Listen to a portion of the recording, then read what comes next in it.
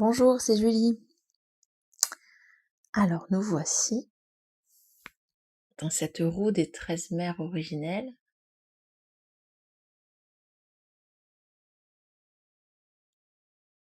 Au 9e cycle lunaire.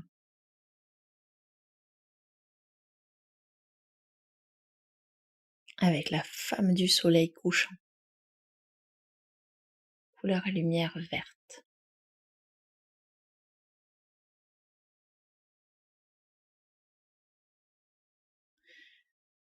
Nous avons fait déjà un grand parcours dans cette roue. Et nous voici à cette porte de l'ouest.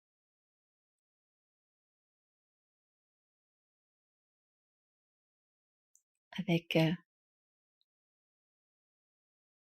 la femme du soleil couchant qui, peut-être, nous tend les bras.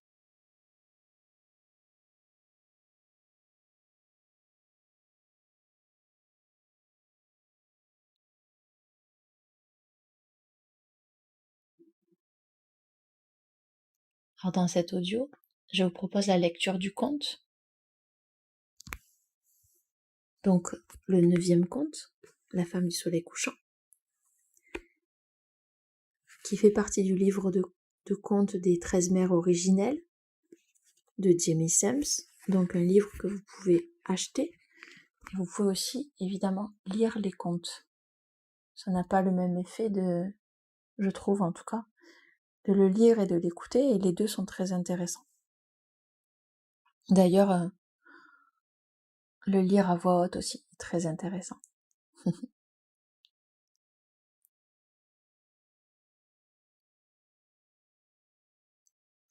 À cette porte de l'ouest,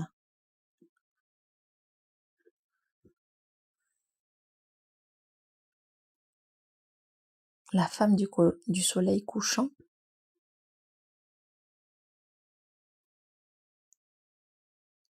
est appelée aussi la gardienne des rêves et des buts de demain, la dépositaire des besoins des 7 générations futures.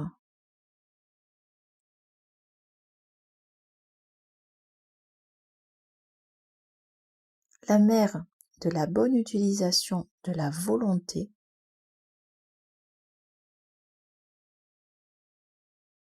volonté de vivre, volonté de survivre, volonté de pouvoir.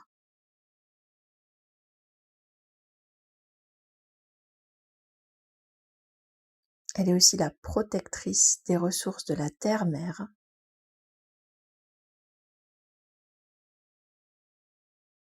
et celle qui veille sur la préservation.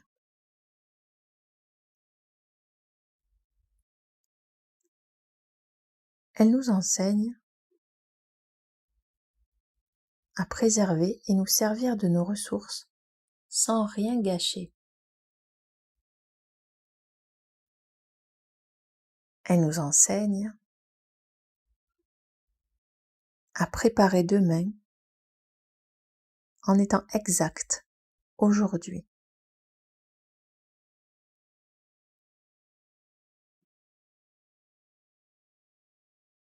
En concevant, en atteignant nos buts.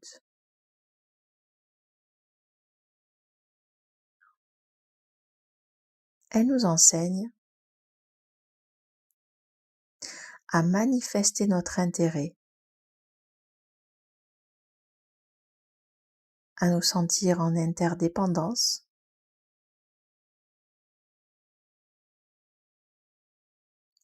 et à montrer notre compassion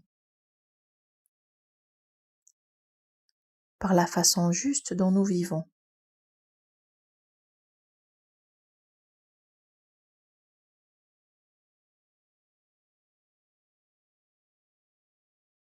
Elle nous enseigne à utiliser de façon juste notre volonté, en mettant en œuvre nos intentions pour le bénéfice des générations futures.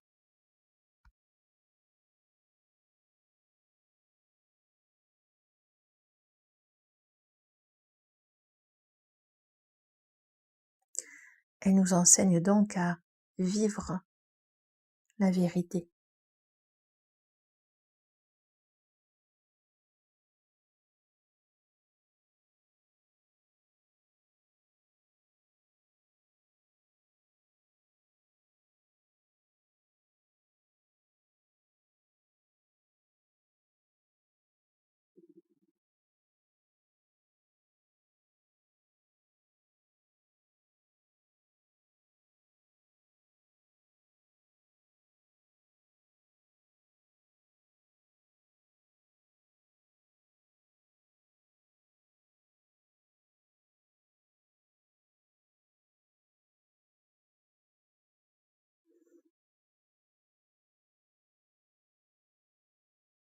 Alors pour plonger dans ce conte,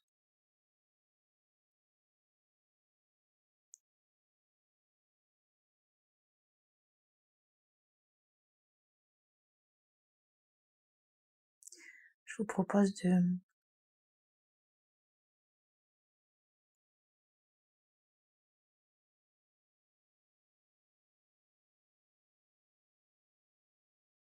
peut-être vous allonger, mettre votre corps dans une position qui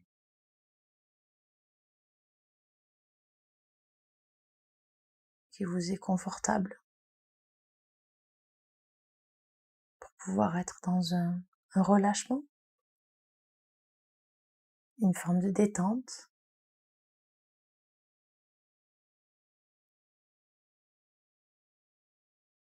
Comme dans un hamac, peut-être.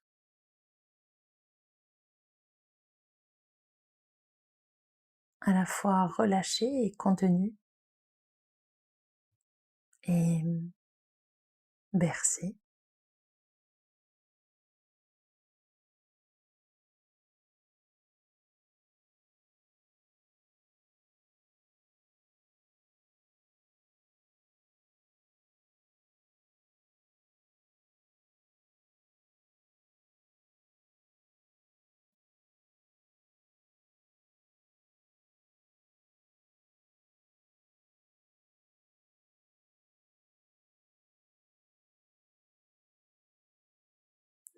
Vous pouvez créer un environnement propice à la douceur.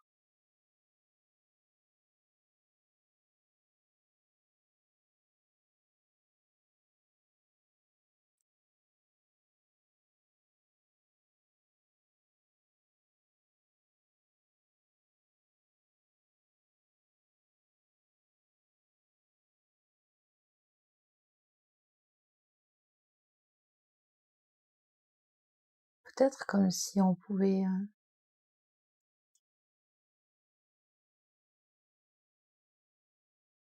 déguster des mots, déguster le conte, sentir cette femme du soleil couchant qui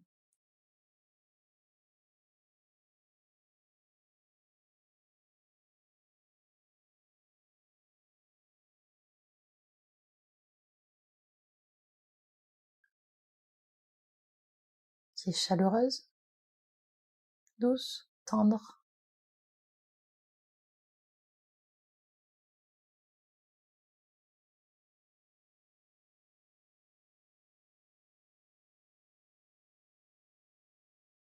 Et présente.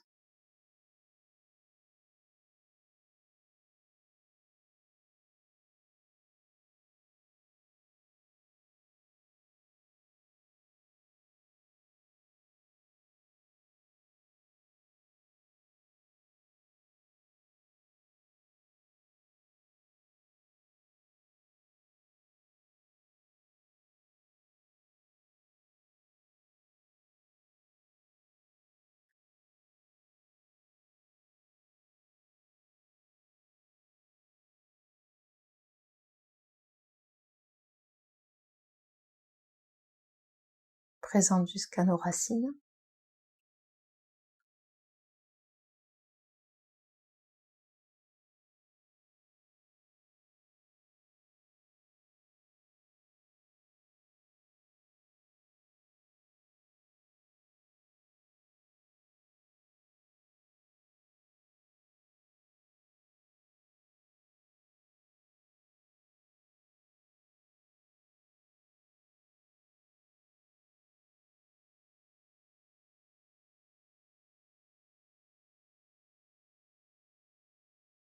Présente comme une étoile qui a toujours existé.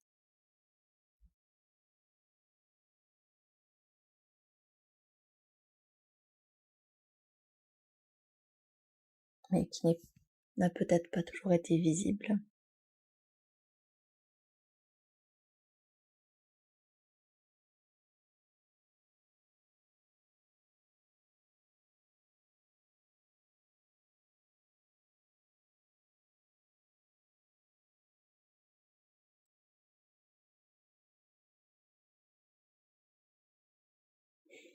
Alors pour ce grand voyage,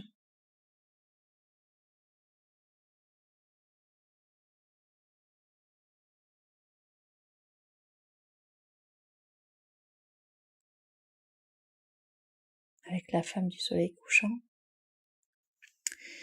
et son enseignement à vivre la vérité,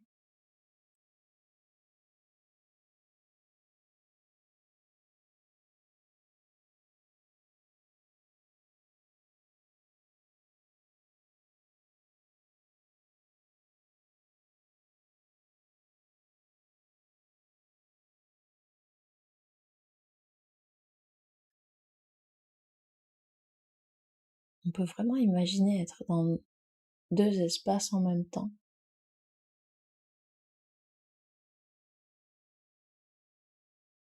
Celui où on peut voir toute la beauté de ce verre qui nous entoure, des feuilles, des arbres, des trèfles,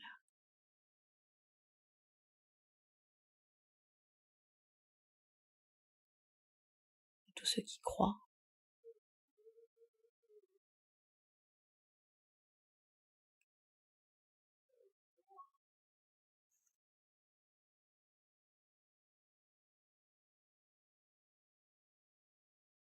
Et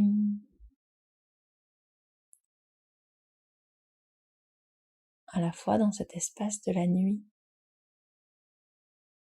du coucher de soleil et de la nuit, alors à la fois dans l'espace de ces différents tons de couleurs, de lumière, quand le soleil fait sa bascule,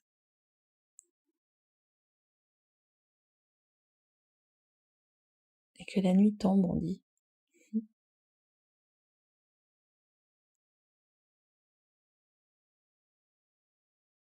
Avec la présence de ces astres qui nous accompagnent et qui nous guident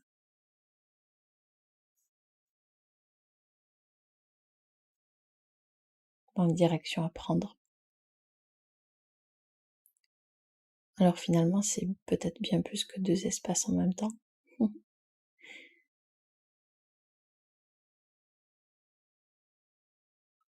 En tout cas, on peut essayer de voyager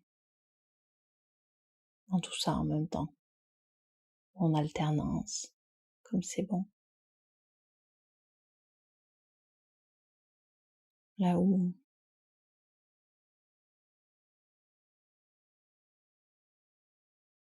notre cœur nous guide.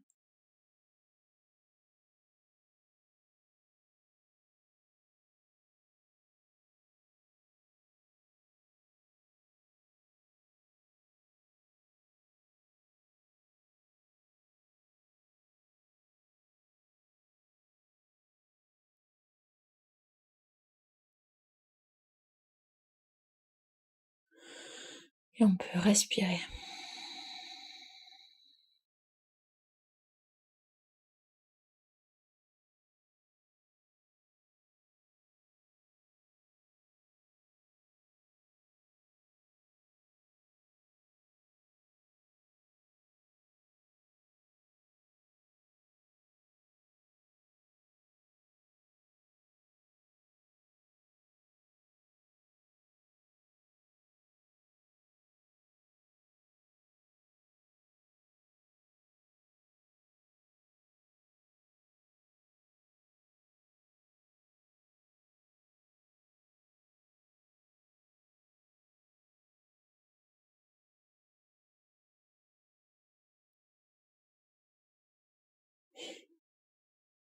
On peut imaginer que ce hamac est une grande feuille, la feuille d'une plante sur laquelle on est déposé et qui nous tient comme une feuille tient la goutte de rosée.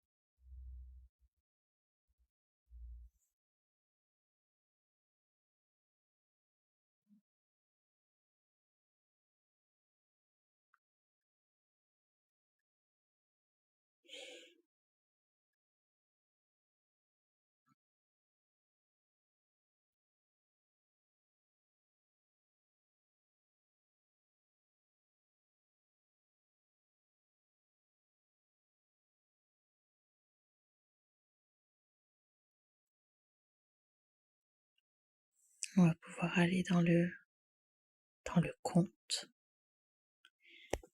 Et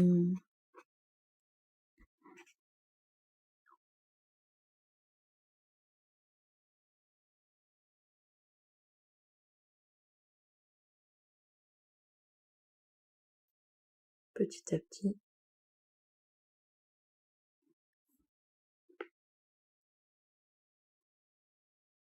passer cette porte.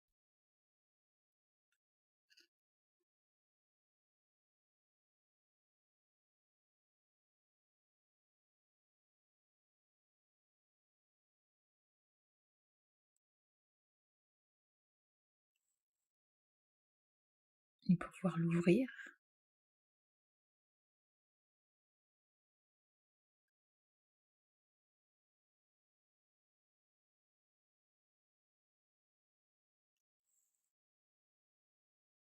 D'aujourd'hui à demain. Alors allons-y.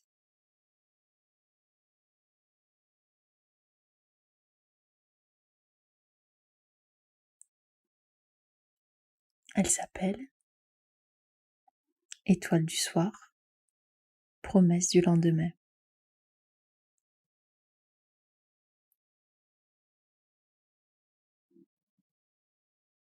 La femme du soleil couchant s'assit sur une falaise surplombant l'océan.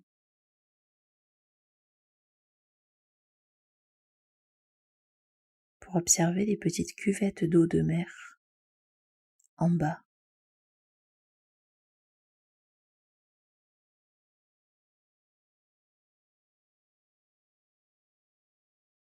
Ces petites cuvettes,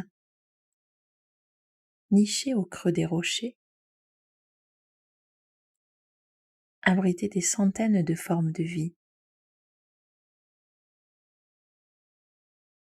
qui renvoyaient à travers l'eau des reflets aux couleurs éblouissantes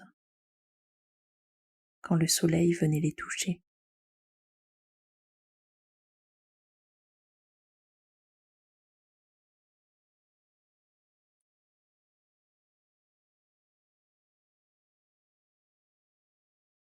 La lumière de Grand-Père Soleil était intense parce qu'il avait presque atteint le zénith de sa course à travers la nation du ciel.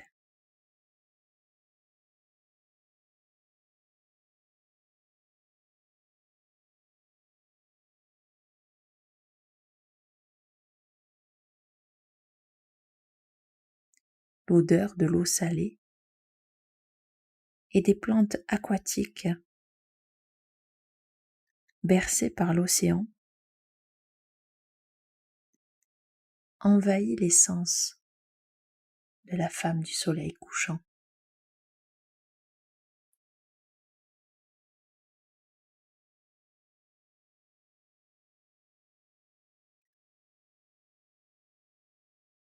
Elle prit une profonde inspiration pour remplir ses poumons d'air iodé.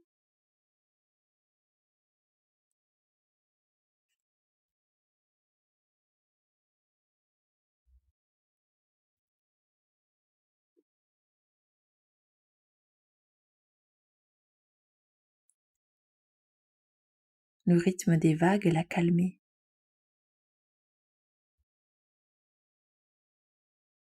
Ponctué parfois par le bruit d'une lame qui se brisait et ramenait ses pensées dans son cœur.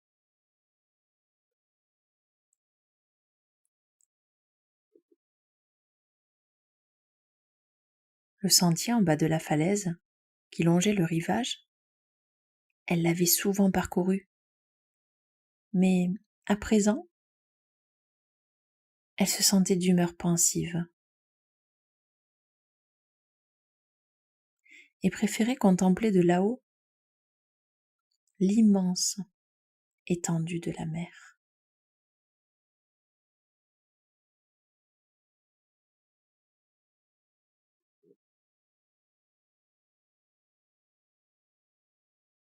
Elle avait déjà traversé bien des hivers dans sa marche sur terre et elle avait beaucoup appris sur le fait d'avoir un corps humain.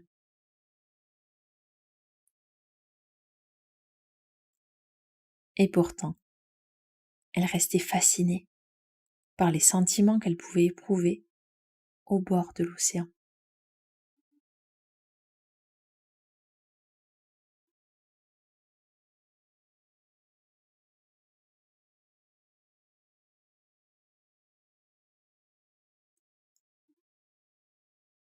Les vagues qui montaient dans le sable et retournaient vite à la mer en un rythme incessant étaient des doigts délicats qui caressaient son esprit, la comblant d'un sentiment de bien-être.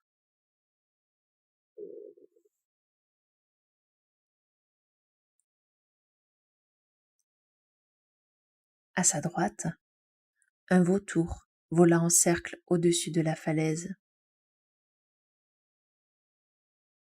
faisant revenir à sa mémoire la façon dont il était arrivé à trouver quelle était sa mission sur Terre.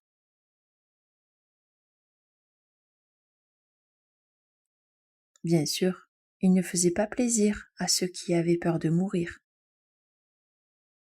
Pourtant, il apportait une médecine essentielle dans l'entendement des mères de clan.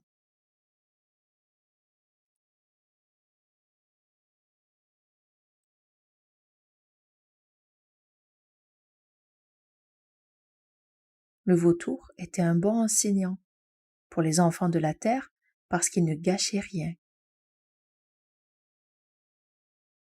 Il ramassait les os de ceux qui avaient quitté leurs habits de chair, qui étaient morts, et il ne laissait rien pourrir.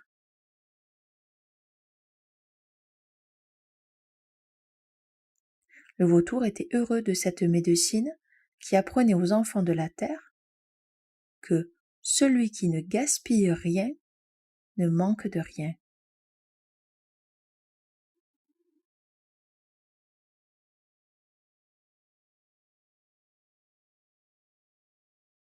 La femme du soleil couchant remonta dans son souvenir pour retrouver une de ses plus grandes leçons,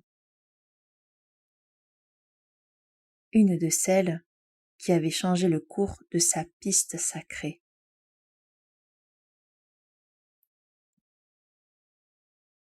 Elle se vit en ce temps-là, cependant que ses pensées dérivaient doucement, telles des vagues dans l'océan de sa mémoire.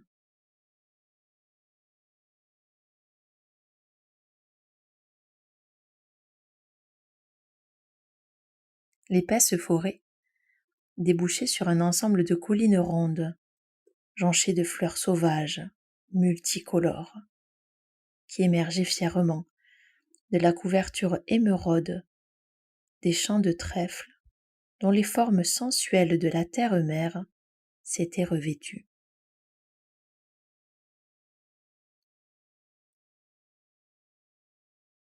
La femme du soleil couchant se tenait au sommet d'une colline.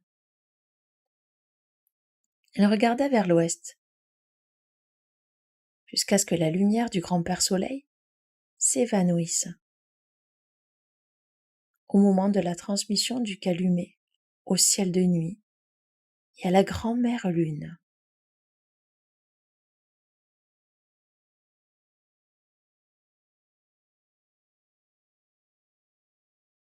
C'était l'heure paisible où les petites fleurs commençaient à s'incliner et certaines refermaient leurs pétales, s'apprêtant au repos.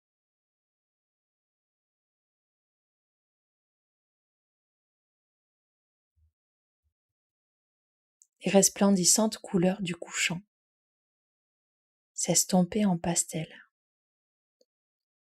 revêtant les collines au loin, sur l'horizon du sud, d'une parure de pourpre pour protéger leur sommeil.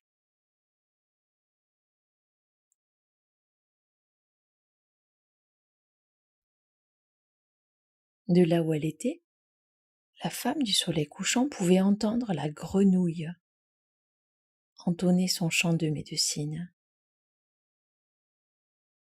Il signalait à ceux qui l'écoutaient qu'il était à présent l'heure de nettoyer les activités de ce jour, de façon à se rafraîchir et se ressourcer pendant le sommeil tout proche.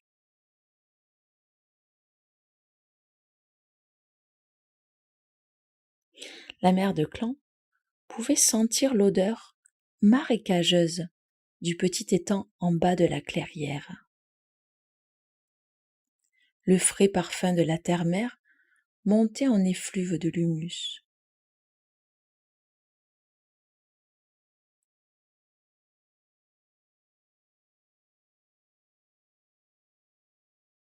La grenouille n'était pas en train de chanter sa chanson de la pluie.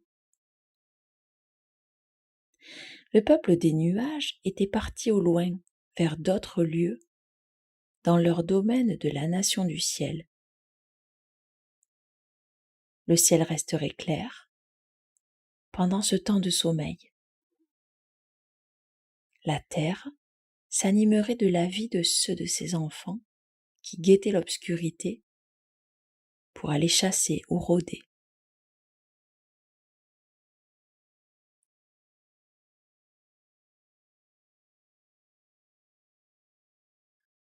Wadatis, l'étoile du soir,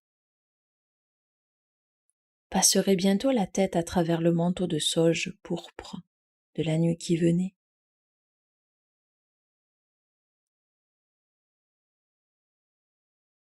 La femme du soleil couchant se délectait toujours de ce moment où sa sœur Wadatis apparaissait. Annonciatrice de l'émergence du bol de médecine des étoiles dans toute sa gloire.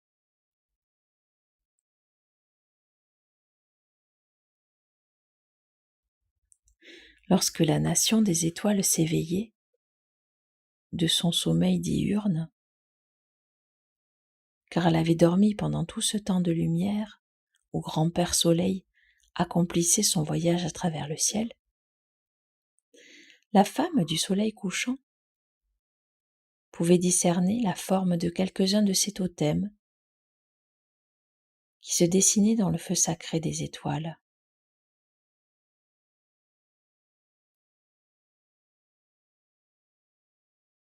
L'ours traversait pesamment la nation du ciel, enseignant sa médecine au monde pendant que le monde dormait.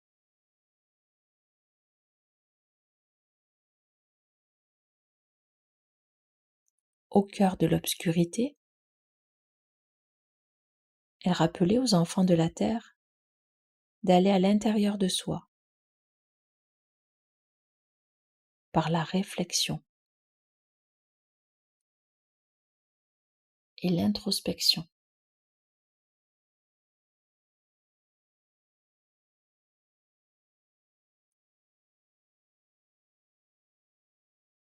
Sa force sauvage et sa large silhouette parlaient des bienfaits de la retraite et de l'hibernation.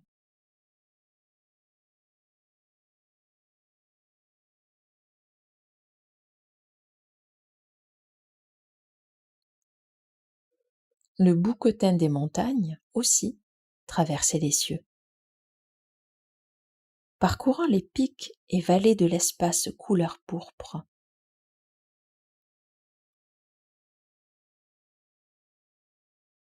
ce mouton à grandes cornes était le gardien de la ténacité et de l'enthousiasme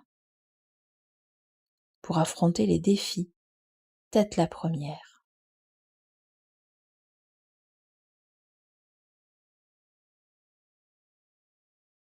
La médecine enseignée par ces deux animaux avait bien aidé la femme du soleil couchant pendant sa marche sur terre.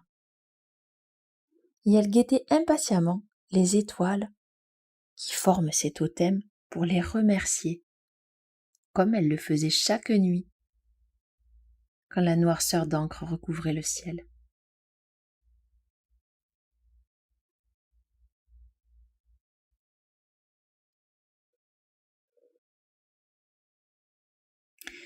La femme du soleil couchant s'éveilla de ses pensées pour scruter l'endroit du ciel où Watachi devait apparaître. Elle se mit à chanter pour saluer avec toute la sincérité de son cœur l'étoile qu'elle appelait sa sœur.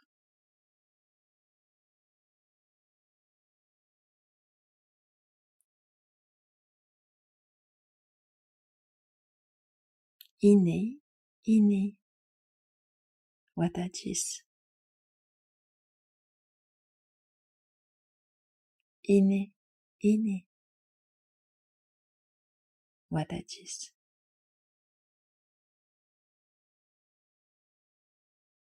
Yatai, Yatai.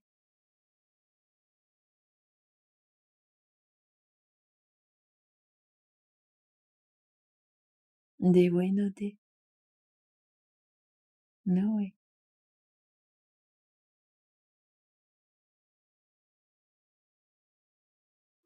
Dewe no de. Noe. Watachis. Watachis. Bienvenue. Bienvenue. Étoile du soir.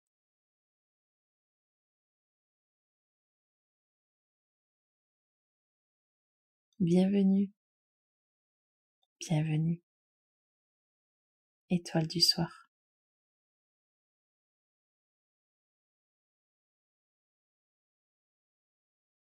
Je salue l'esprit du feu en toi.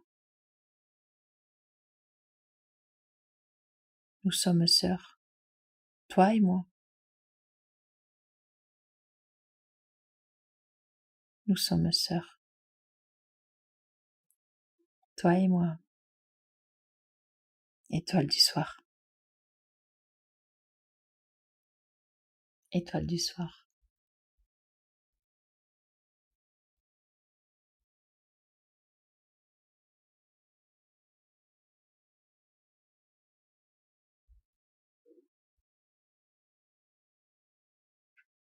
Avec la fin de la chanson, Watachis, perçant le manteau de nuit, montra sa face ardente dans une étincelante lumière. La femme du soleil couchant était toujours impressionnée par le scintillement de l'étoile du soir, mais ce soir-là, elle y vit l'esprit d'un canoë qui descendait une rivière de brume pour venir sur la terre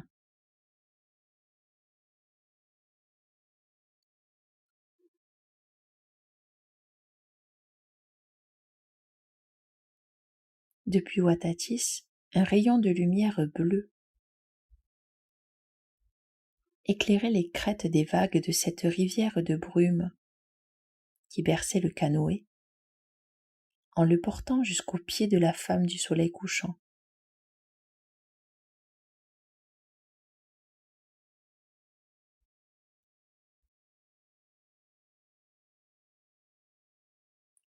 La forme lumineuse du canoë était faite de la lumière laiteuse de la lune et du feu opalescent des étoiles.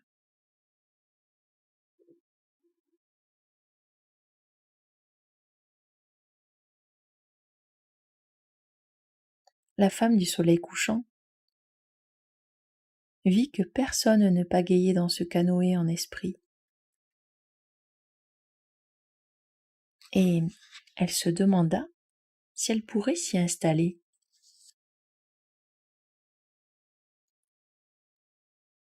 Elle se pencha pour regarder au fond du canoë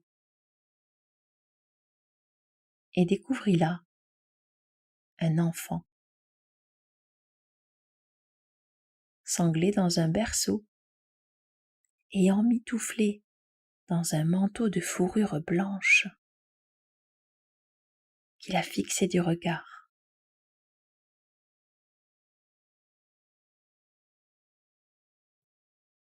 Le bébé souriait et la regardait au fond des yeux.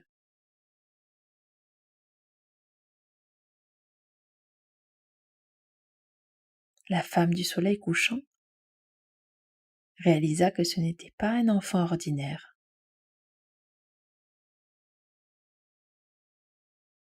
Elle retrouva enfin sa voix. Merci d'être là. Merci d'être là.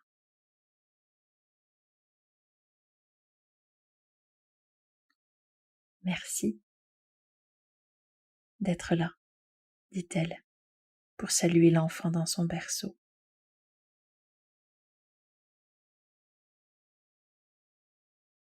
L'enfant lui sourit en retour, puis lui répondit « Je suis l'enfant de demain, femme du soleil couchant.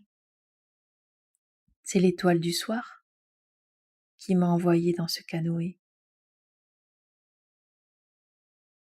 J'ai voyagé sur la piste des feux allumés par les ancêtres, que les enfants de la terre appelleront plus tard la Voie lactée.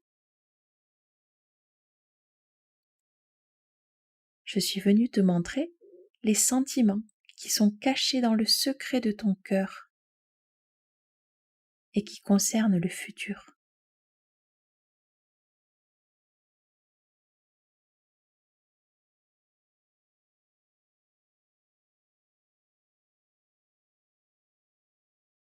La femme du soleil couchant resta recueillie. Les cris des bêtes de la nuit s'étaient tus.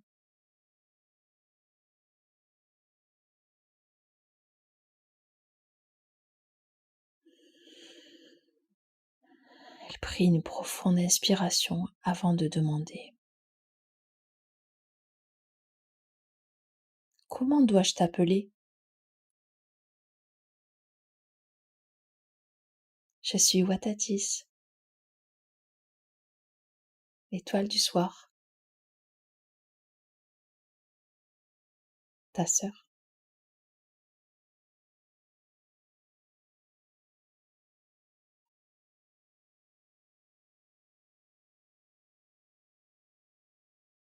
La femme du soleil couchant remarqua la lumière qui brillait dans les yeux d'ébène de la fillette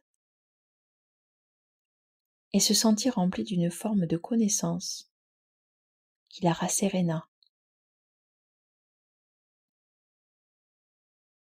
Elle voyait bien que cet enfant était un don du bol de médecine des étoiles et qu'il n'y avait que de l'amour dans les intentions qu'exprimait son regard. La fillette continua. « Je suis emmaillotée dans le berceau de la création mère. Si tu veux bien me porter sur ton dos, tu vas commencer à comprendre tout ce à quoi te destine ta marche sur Terre.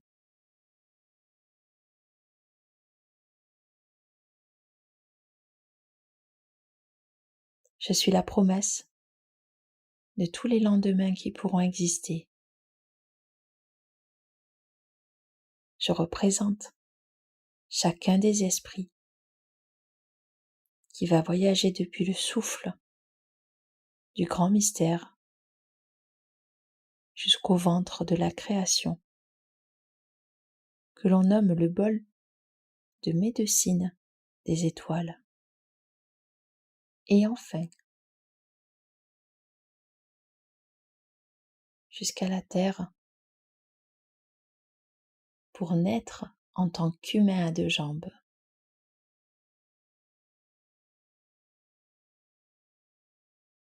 La femme du soleil couchant s'approcha du canoë et souleva avec précaution le berceau de la création.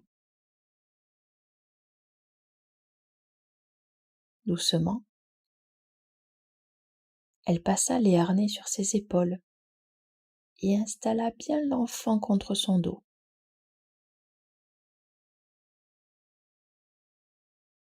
Puis, elle lui dit : « Watadi, je te remercie d'être venu pour m'enseigner. Que veux-tu que je fasse maintenant ? » Un petit rire s'échappa des lèvres de la fillette.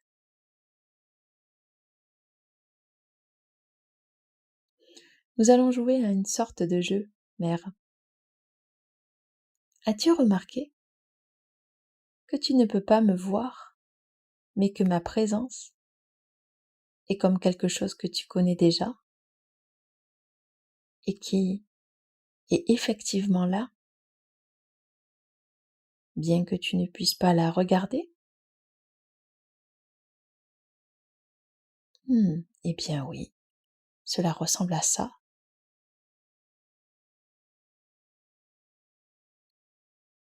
Ce qui me fait comprendre que les enfants du futur sont ainsi. Je ne peux pas les voir parce qu'ils ne sont pas encore nés. Mais je dois pourtant faire attention à leurs besoins. Ils auront besoin de nourriture, d'un abri, de feu, d'eau, d'air, d'une terre fertile et d'être en amitié avec toutes leurs relations.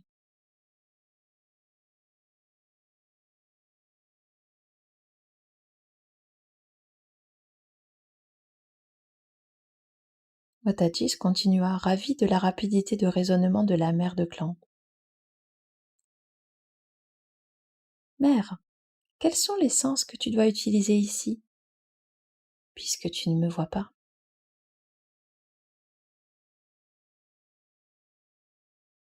Je dois entendre ta voix,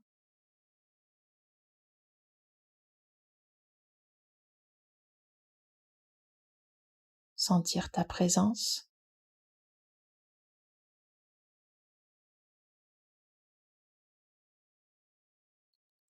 respirer le parfum de la douce chevelure,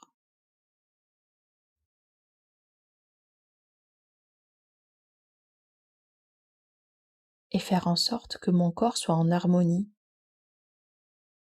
avec tes rythmes, pour que nous puissions marcher en équilibre quand je te porte dans ton berceau.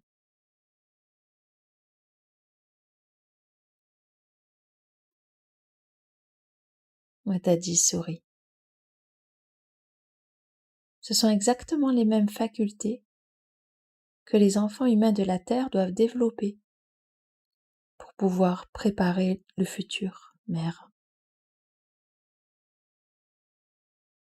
Ils doivent ressentir Quels seront les besoins des générations à venir pour trouver dans le présent l'harmonie et l'équilibre nécessaires.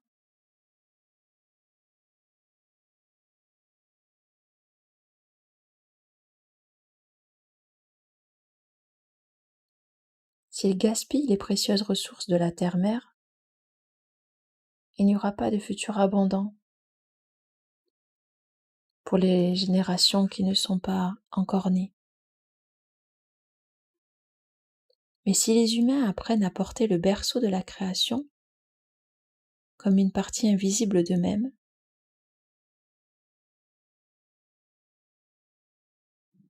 il n'y aura pas de séparation entre le présent et le futur.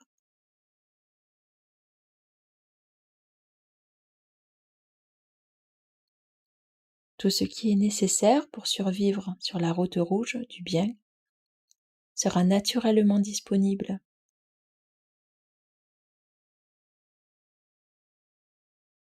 Parce que tous ceux qui vivent aujourd'hui auront pris la responsabilité des besoins des 7 générations à venir.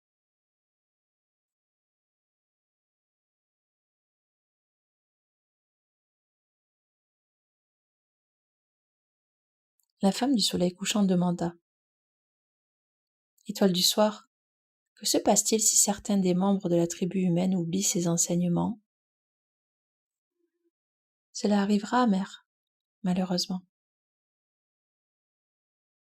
La médecine de l'aigle donnera la persévérance et l'endurance nécessaires à ceux qui demeurent fidèles en continuant à veiller sur les besoins des générations futures.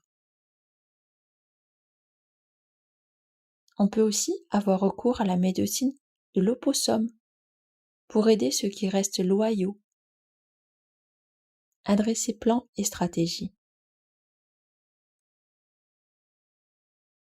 Ceux qui marchent sur 2 jambes doivent se montrer souples et désireux de grandir et se transformer en perspective de l'avenir.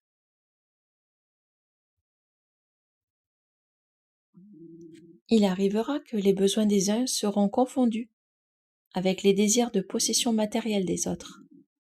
Certains plongeront dans l'avidité et voudront contrôler les masses.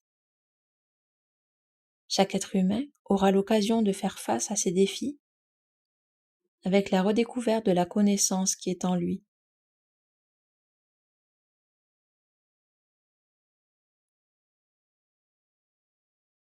La solution est entre tes mains.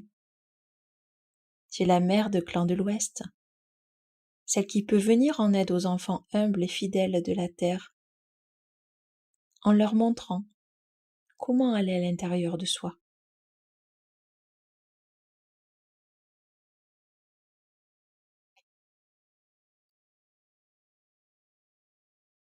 La femme du soleil couchant approuva Watatis et lui fit part de ses pensées. J'ai remarqué que tu es au chaud dans ta fourrure couleur de neige de grande ours blanche.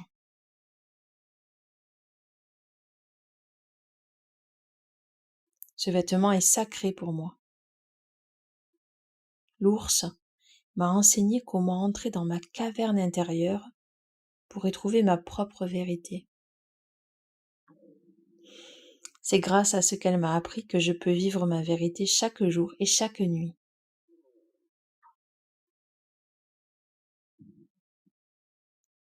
Si chacun des enfants de la terre pouvait trouver ainsi la connaissance intérieure, les générations futures seraient assurées de vivre dans l'harmonie et l'abondance. C'est vrai, mère. Nous pouvons aussi leur enseigner ce que nous apprend le voyageur des déserts avec ses bosses sur le dos. Le chameau dispense sa médecine de conserver et utiliser correctement ses ressources, même en situation de précarité. Sa contribution à la connaissance intérieure est de savoir discerner quand et comment utiliser les ressources disponibles.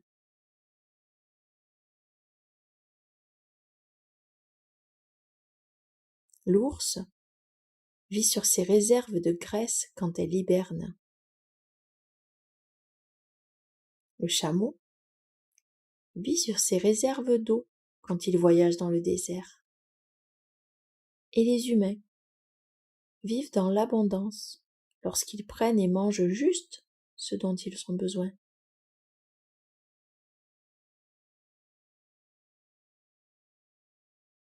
La femme du soleil couchant comprit la démonstration pour ce qui concernait la préparation de l'avenir.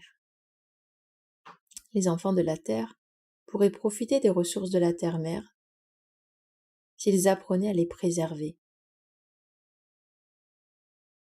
Mère, tu sais que je suis l'étoile du soir, mais savais-tu que je suis la promesse de demain, parce que je suis aussi l'étoile du matin pendant 6 cycles lunaires.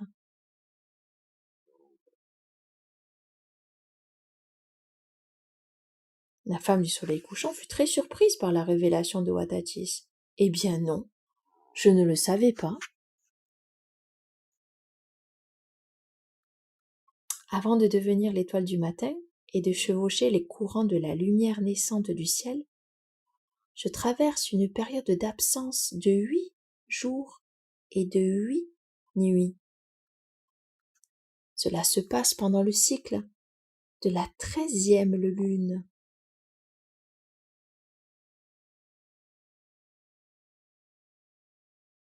En tant qu'étoile du soir, je disparais dans l'obscurité. Je deviens invisible pendant ces jours et ces nuits. On ne me voit ni le soir, ni le matin. Durant cette période, je vais dans la vacuité du grand bol de médecine de la nuit. J'y traverse la spirale sacrée des 8 pouvoirs, visitant l'Est, le Sud-Est, le Sud, le Sud-Ouest, l'Ouest, le Nord-Ouest, le Nord et le Nord-Est. Je passe le temps d'un soleil et d'un sommeil dans chacune de ces directions spécifiques, en y apprenant les étapes de la transformation qui me diront comment orienter ma voix et mon attention avant de renaître en tant qu'étoile du matin.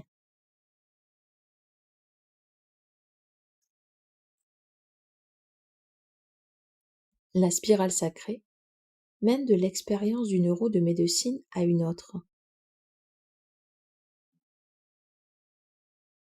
Imaginons une euro posée à plat sur le sol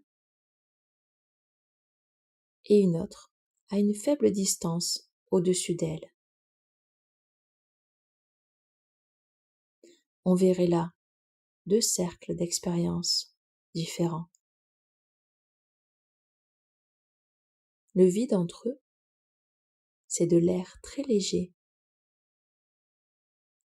Mais on peut y voir aussi une spirale imaginaire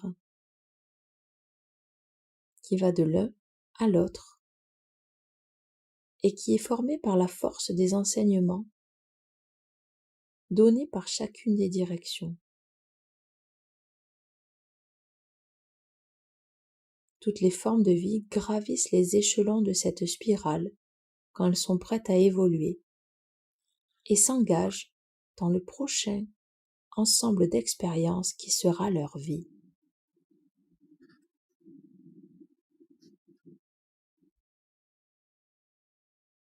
La femme du soleil couchant resta pensive un moment.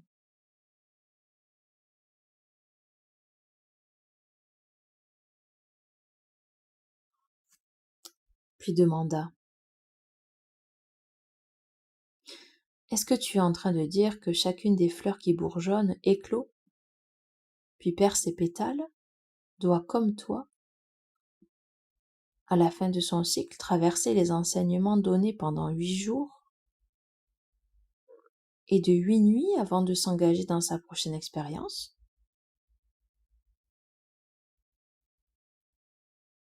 Oui, l'essence spirituelle de toute chose vivante traverse cette spirale sacrée pendant 8 soleils et 8 sommeils avant de commencer un nouveau cycle de vie.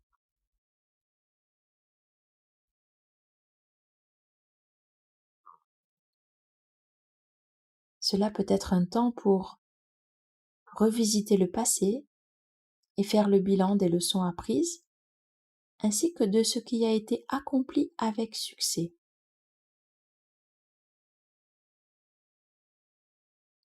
Cela peut être un temps de préparation et de projet, un temps pour dire au revoir au passé et accueillir avec joie le futur.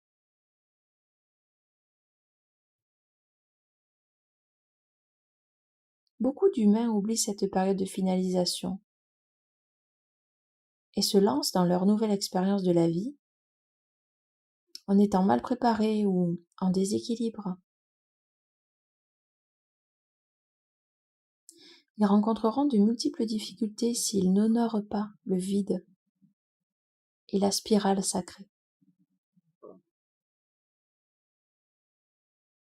Watadis, lorsque tu traverses la spirale sacrée, qu'est-ce qui t'arrive?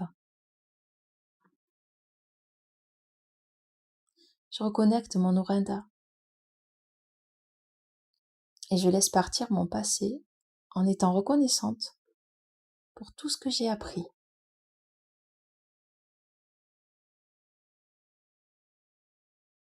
Je vois autour de moi la spirale parce que je suis au centre de mon espace sacré et je vois à l'intérieur de moi les degrés que compose chaque direction de la spirale. Dans le ciel de nuit, en tant qu'étoile du soir, me voilà en train de vivre le côté féminin de ma nature.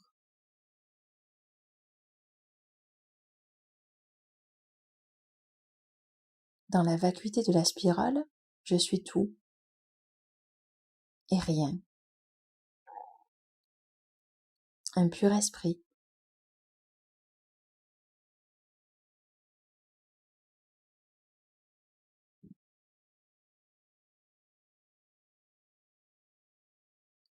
Au bout des 8 jours, en tant qu'étoile du matin, je vis le côté masculin, démonstratif de ma nature.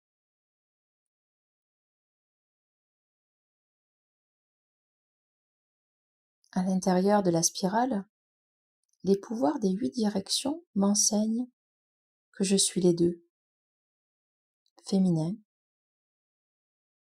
et masculin à la fois.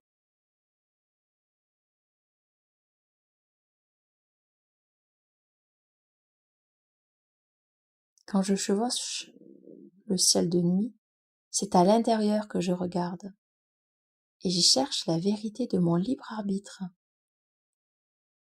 ainsi que la volonté de montrer mes dons au monde.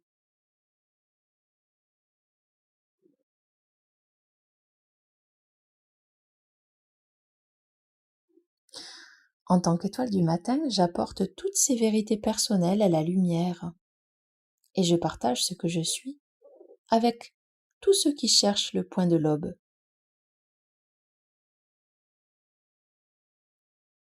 La femme du soleil couchant compris.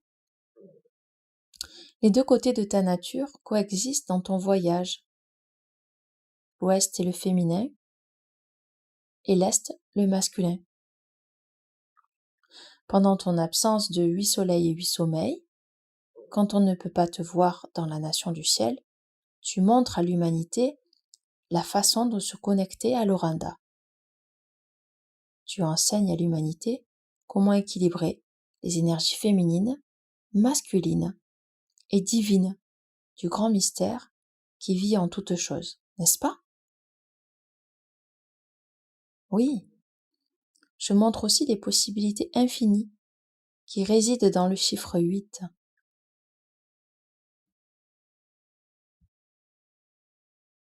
Quand l'humanité aura développé sa compréhension des deux roues de médecine que forment le monde de l'esprit et le monde tangible, elle découvrira que les deux sont en réalité un seul ensemble infini d'enseignements.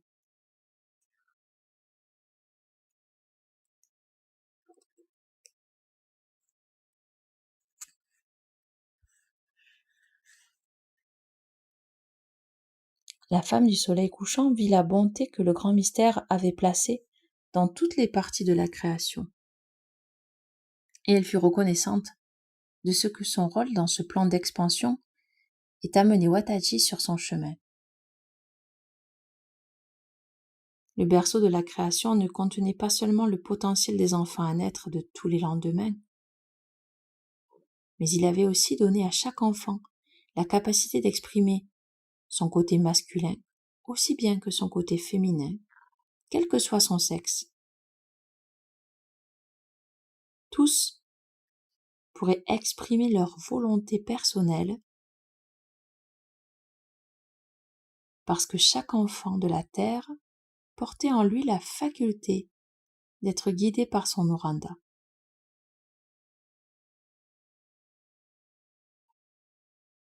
Leur Watatis, leur étoile du soir et promesse du lendemain, vivaient en chacun.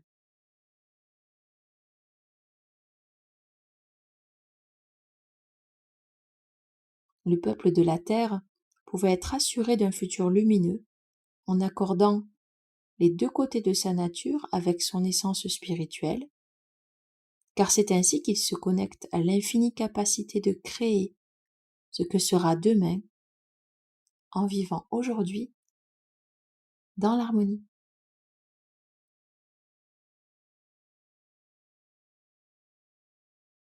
La femme du soleil couchant sentit que Watatis remuait dans son berceau et qu'elle ne put retenir un petit soupir.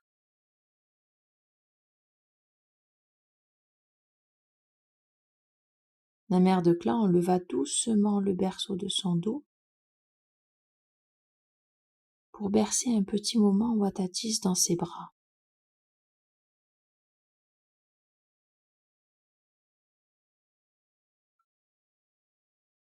Les yeux de la fillette papillonnèrent et se firent lourds,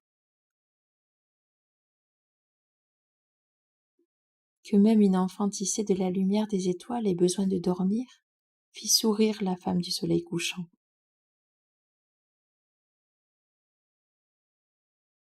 Elle l'embrassa sur la joue et lui promit silencieusement de bien garder dans son cœur ce qu'elle venait d'apprendre.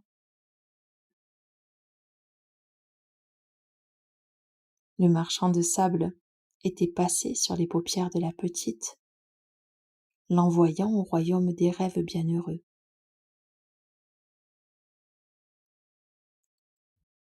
La femme du soleil couchant disposa le berceau dans la fourrure de grande ours blanche, et le blottit au fond du canoë en esprit,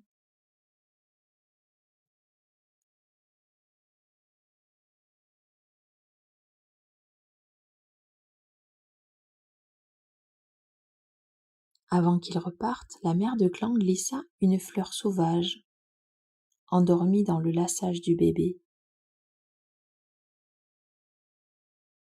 Elle était sûre que le parfum toucherait l'essence de la fillette, emplissant ses rêves du souvenir de ce temps qu'elles venaient de passer ensemble.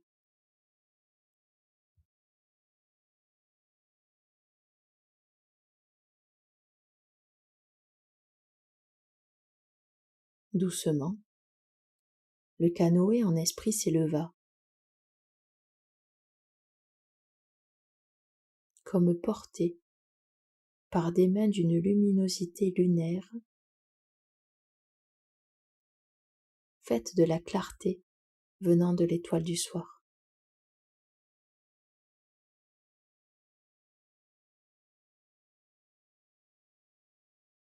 Le canoë en esprit entra dans le courant de lumière et s'évanouit dans le ciel de la nuit.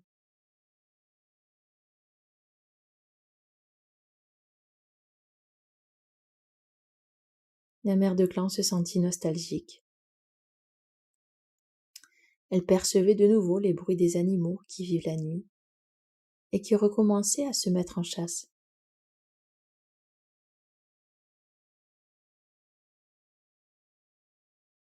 Alors que la mère de clan repartait en direction de la hutte qu'elle avait construite à l'orée de la forêt, elle entrevit une tache de lumière blanche à la limite de son champ de vision. Elle se retourna pour découvrir ce qu'était cette lueur. Il y avait là, sur le trèfle et les fleurs sauvages, la fourrure de grandes ours blanches. Un cadeau des Watatis.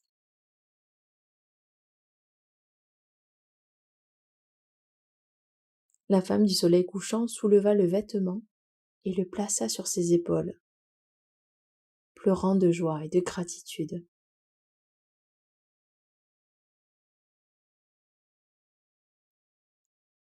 Et regarda vers le ciel, là où était Watatis avant.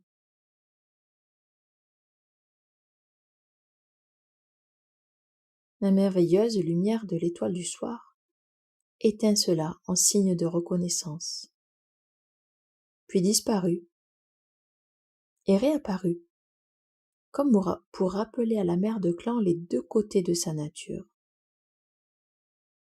Recevoir et donner étaient indissociablement les deux façons sacrées de trouver l'équilibre. Faire face aux besoins futurs des 7 générations à venir dépendait de la capacité à aller à l'intérieur de soi et à avancer de façon équilibrée à chaque instant de la vie. La fourrure de la grande ours blanche représentait l'esprit de toutes les espèces d'ours sur la planète.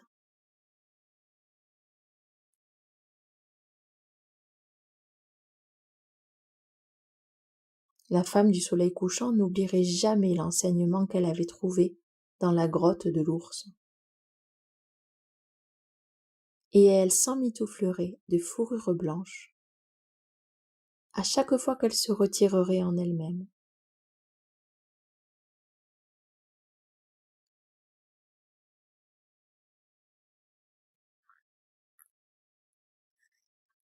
Ce souvenir particulier avait fait traverser à la femme du soleil couchant bien des saisons troublées, car les enfants de la terre avaient laissé mûrir l'avidité dans le cœur de certains d'entre eux. Elle sentit le souffle de l'océan sur ses bras nus et songea que les bestioles aux brillants reflets qui nageaient là, entre terre et mer, dans ces cuvettes d'eau salée, avaient les couleurs de l'arc-en-ciel tournoyant de la paix.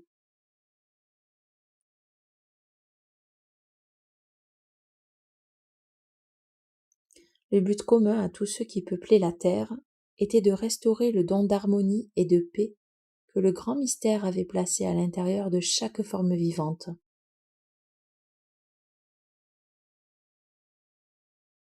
La paix intérieure se trouve dans l'intimité du soi.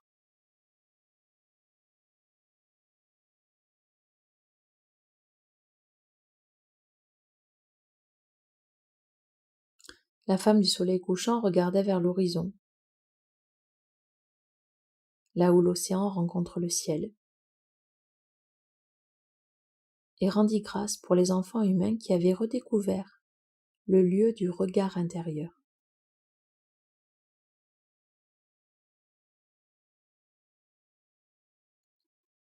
Elle fut tirée de ses pensées par le morse, venu patauger sur la plage en dessous, qui se mit à mugir un salut. La femme du soleil couchant éclata de rire. Elle venait juste de se rappeler elle-même à l'ordre pour qu'aucune négativité ne se glisse dans ses pensées concernant le futur. Le morse est l'animal dont l'enseignement rappelle aux humains les cycles et les changements de la vie. Cet animal aux longues défenses apporte la médecine de modifier ses actes et ses sentiments pour être en interaction avec les transformations offertes par la vie.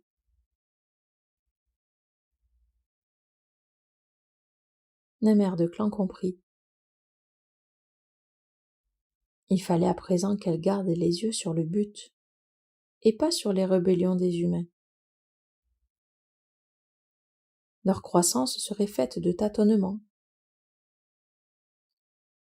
Mais tôt ou tard, tous les humains à deux jambes chercheraient à comprendre leurs sentiments et trouveraient la caverne de l'ours.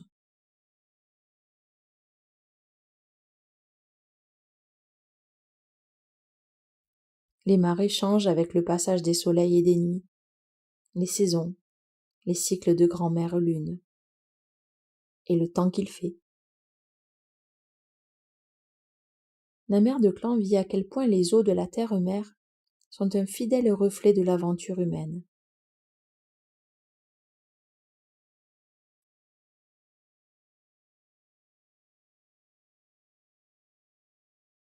Quand le peuple des humains permet au flot de la vie d'installer ses rythmes, comme le flux et le reflux des marées, au lieu de lutter contre chaque nouvelle vague d'expérience, il trouve l'harmonie en s'adaptant de façon subtile. Les fortes vagues des mers démontées qui déchiquetaient la côte étaient à l'image de l'entêtement et du caractère rigide que pouvaient avoir les humains. La femme du soleil couchant comprit que les exemples qui montraient naturellement l'existence de mondes à l'intérieur des mondes étaient d'infinis reflets de la façon de vivre dans l'harmonie. Elle attendait avec impatience le jour où tous les enfants humains solliciteraient cette même connaissance intérieure.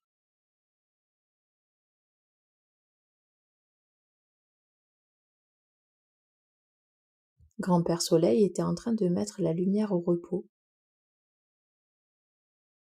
peignant le ciel aux couleurs de feuilles d'automne.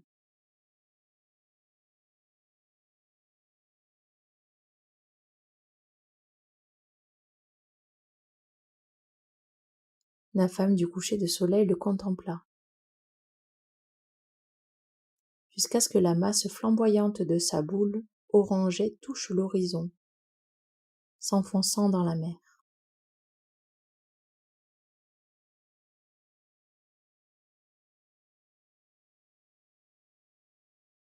Elle ressentait la tranquillité de la tombée du jour.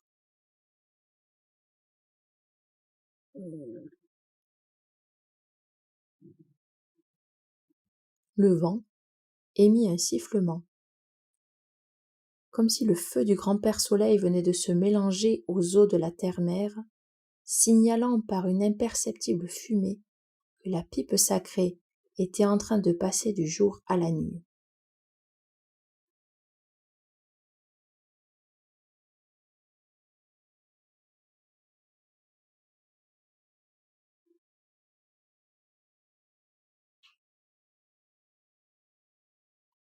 Les rayons du soleil, qui avaient apporté au grand mystère les paroles de remerciement des hommes durant la journée, conféraient à présent cette tâche sacrée au point de lumière qui apparaissait dans le bol de médecine des étoiles du ciel de nuit.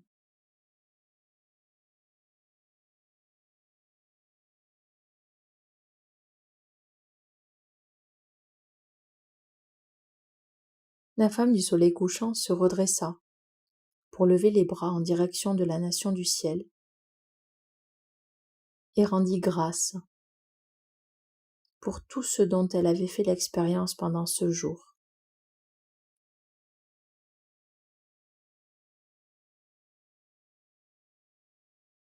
Elle célébra le manteau de la nuit qui tombait et elle imagina que le berceau de la création reposait dans ses mains, offert aux cieux.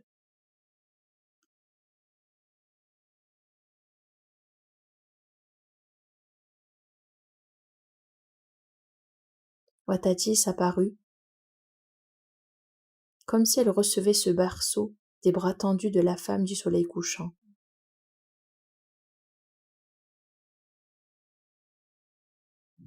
La mère de clan sentit le lien de sororité qui l'unissait à l'étoile du soir.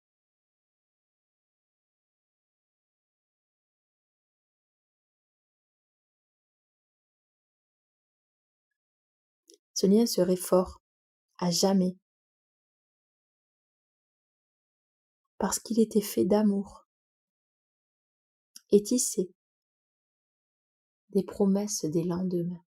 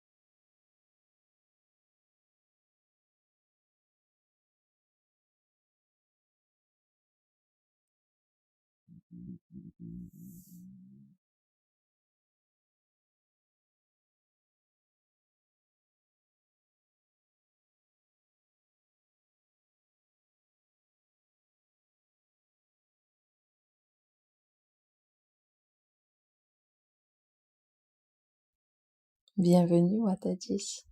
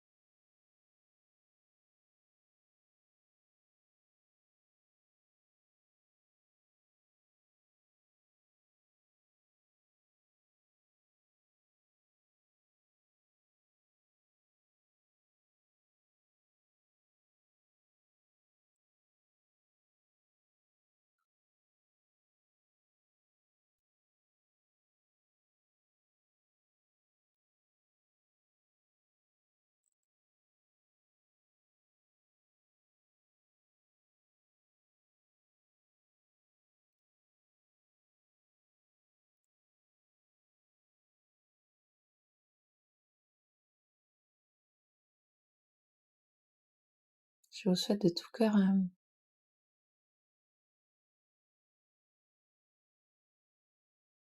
bon mois avec la femme du soleil couchant et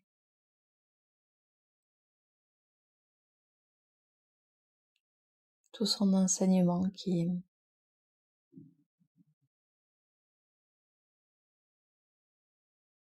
fait chaud au cœur.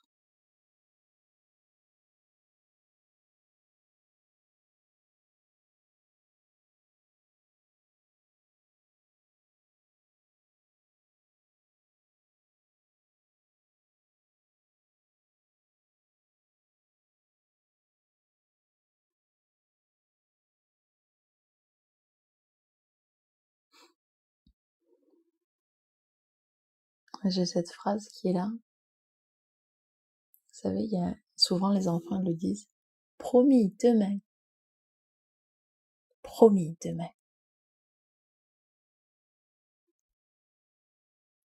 À bientôt.